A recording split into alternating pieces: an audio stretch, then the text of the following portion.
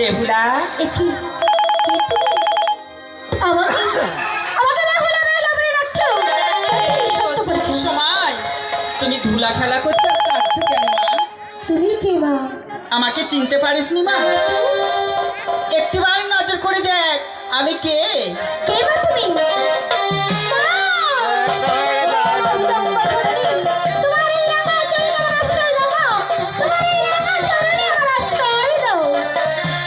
বেহুলা কেন ডাকছি জানো মা কিসের জন্য মা? ওই রকম চম্পানগর থেকে রমারে বলেছি নিজে বাড়ি যাই ফিরি আমার কি বিবাহ চম্পানগর মা বেহুলা, এর জন্য তোমার কোনো চিন্তা নেই মা। আমার গলা আছে স্বর্ণহার, আমি তোমাকে দান করলাম। শোনো মা, এই হারের চেয়ে তুমি এক রতি কম হবে। এখন আমি আসি মা। ওই নিজে বাড়ি কোন পথে যাবে আমি তো জানি না তুমি আমার মনে রাখো আমার করে হাইনা মধ্যে যাবে না মা বেশ বেহুলা, তুমি এখন তাহলে আসি মা।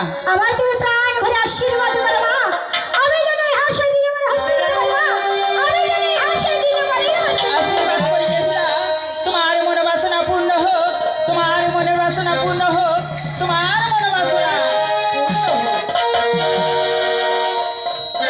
তাই তো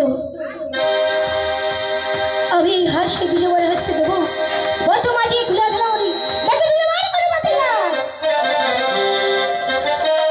বউ কথা কও ডাকছে পাখি ওই না গাছের ডালে মরণিয়া গো মরি ভীষণ লাগে মরণিয়া গো মরি ভীষণ লাগে এই বউ কথা কও ডাকছে পাখি ওই না গাছের ডালে মরণিয়া গো মরি ভীষণ লাগে মরণিয়া গো মরি ভীষণ লাগে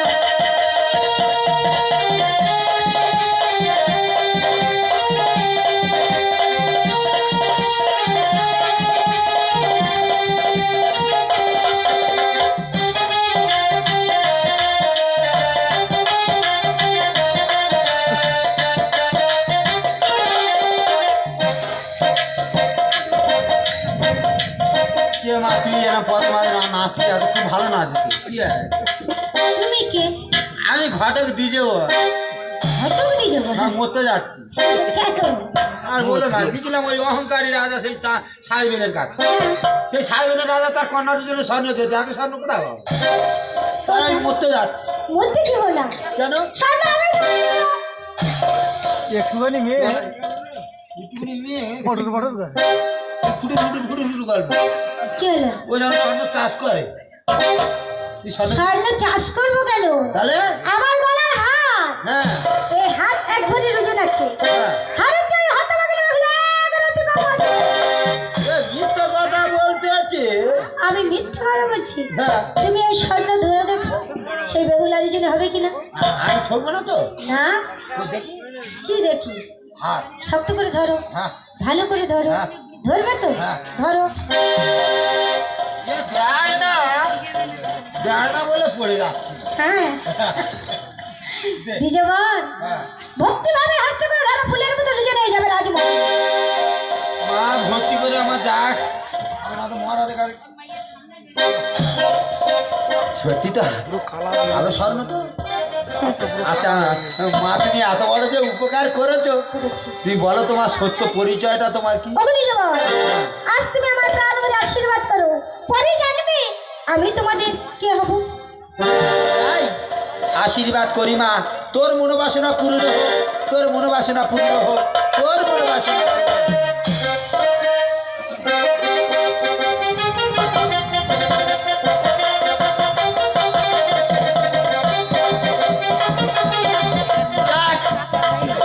হার যখন ফিরে পেয়েছি নতুন জীবন ফিরে পেয়েছি এখন মহারাজের কাছে গাছ জোরে দাও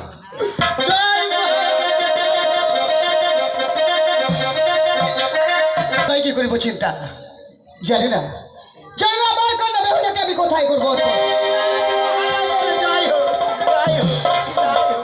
এই কি বিজয় মহাশয় হ্যাঁ আবার কিসের জন্য এসেছেন? আপনি কন্যার জন্য স্বর্ণ চাইছিলেন না? হ্যাঁ চেয়েছিলেন। সেই স্বর্ণ এনেছি। কিসে করে নিয়ে এসছে স্বর্ণ?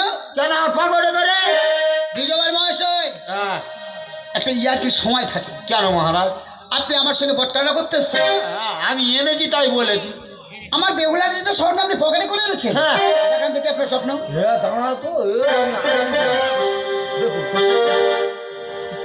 সামান্য একবারই হার নিয়ে এসে আমার বেহুলার করতে ওজন করতে চাইছেন। এ কি? এমন স্বর্ণের তো উজ্জ্বলতা দেখিনি কোনোদিন। তোমার স্বর্ণ আছে, তুমি দেখবো আমরা স্বর্ণ কাজ করি। কাজ করেন? হ্যাঁ। বেশ, আমার কন্যা বেহুলার জন্য আমি ওজন করে দেখবো। হ্যাঁ। যদি আমার বেহুলার থেকে স্বর্ণ কম হয় হ্যাঁ। তাহলে আপনাকে আমি কি করবো জানেন? কি করবেন? শুলে নেবো। হ্যাঁ, তাহলে এটা করুন।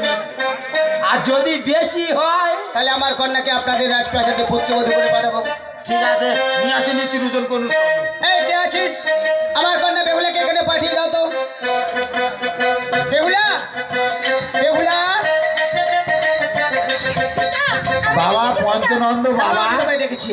কেন পিতা? আজ ওটা মায়ের নেত্রীর উপর এইসব আমি এই স্বর্ণের সঙ্গে তোমাকে ওজন করে দেবো। বেশ পিতা। বাবা পঞ্চনন্দ বাবা, ওই স্বর্ণ যেন তোর ভুড়ির মতন ভার হয় বাবা। বলে কি করবে? এই ভুড়ির মতন ভাড়া হলে কি হবে? আমি জিতে যাবো না তো স্কুলেতে।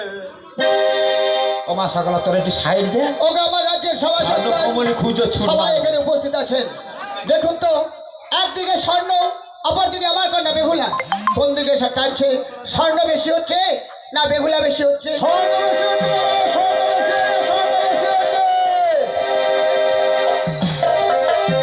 ম্যাডাম মহাশয়, আমার রাজ্যের সমস্ত প্রজাবর্গরা বলেছে স্বর্ণ বেশি হয়েছে, বেহুলা কম হয়েছে। আমি আপনাকে কথা দিলাম, আমার কন্যা বেহুলাকে আমি আপনাদের রাজপ্রাসাদের পুত্র বধূ করে পাঠাবো। ও মা বেহুলা, তুমি এখন এসো। আচ্ছা,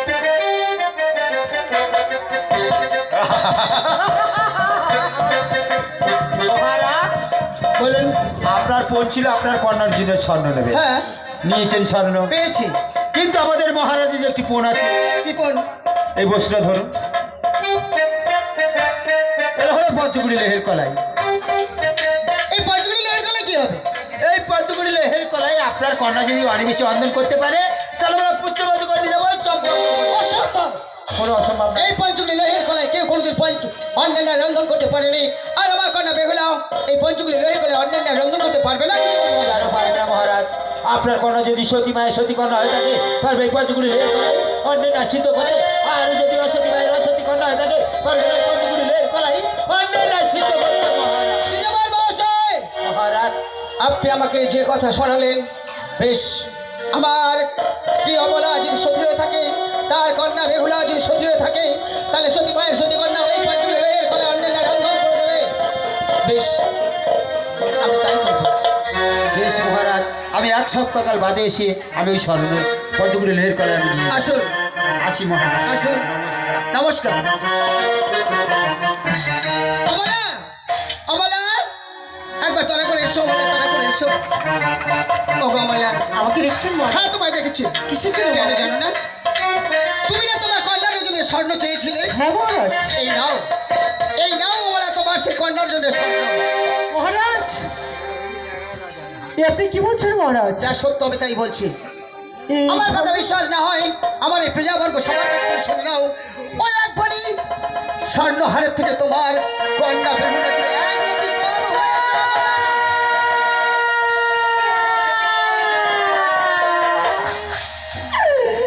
আমি বিশ্বাস করি না মহারাজ। বিশ্বাস করো না?